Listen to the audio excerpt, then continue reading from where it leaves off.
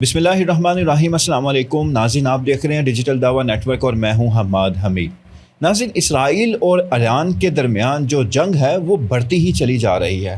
اس جنگ کی آگ وہ کم ہونے کی بجائے وہ شعلے مزید بلند ہو رہے ہیں۔ آج اسرائیل نے ایران پر اس قدر شدید حملہ کیا، ان کا انٹیلیجنس کا ہیڈ کوارٹر ہی اڑا دیا، جس میں انٹیلیجنس کے چیف اور ان کے ڈپٹی چیف وہ دونوں اس حملے میں مارے گئے، اور اس کے علاوہ کئی ایرانی جو عام شہری ہیں وہ بھی ان حملوں میں مارے گئے۔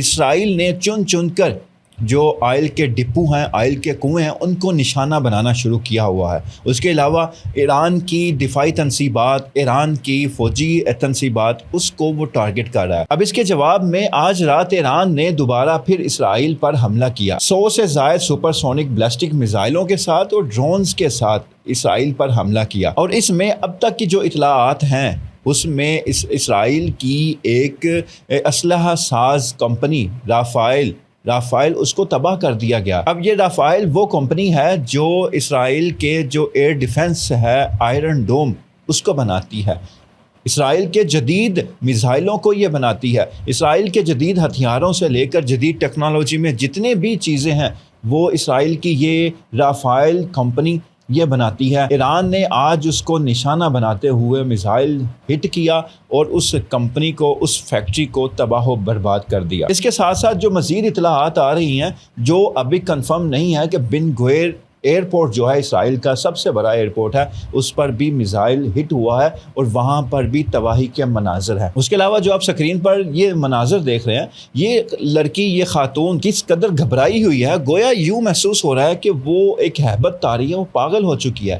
ایک طرف سے حماس میزائل پھینکتا ہے اسرائیل کے اوپر، یمن پھینکتا ہے، اس میں لبنان پھینکتے ہیں، حوثی پھینکتے ہیں، اس کے علاوہ یہ سارے، اور اب ایران کی طرف سے میزائل آ رہے ہیں، تو پھر اسرائیلیوں کی یہ حالت تو بنتی ہی ہے۔ اب جو مناظر آئے ہیں اسرائیل سے مزید، جو اسرائیل میں تباہی ہوئی ہے، جو میزائل گرے، ہر طرف آگ ہی آگ ہے، اس کے مناظر آپ خود اپنی آنکھوں سے دیکھیں۔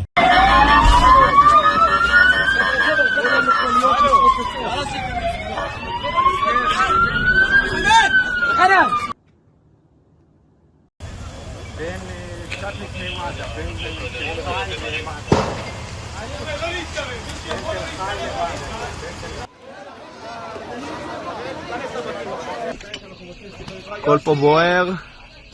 ناظرین، آپ نے یہ مناظر دیکھے، یہ آج رات کے تازہ مناظر ہیں کہ جب ایران نے اسرائیل پر میزائلوں کے ساتھ حملہ کیا تو کئی میزائل وہ اسرائیل میں ہٹ ہو گئے اپنی لوکیشنز پر، اور انہوں نے تباہی بچائی۔ اس قدر شدید تباہی تھی جو آپ نے اپنی سکرین پر بھی وہ مناظر دیکھے۔ اور اسی طرح اگر ایران کی بات کی جائے تو اسرائیل نے جب حملہ کیا تو ایران کے اوپر اس سے زیادہ خوفناک مناظر بنتے ہیں۔ وہاں پر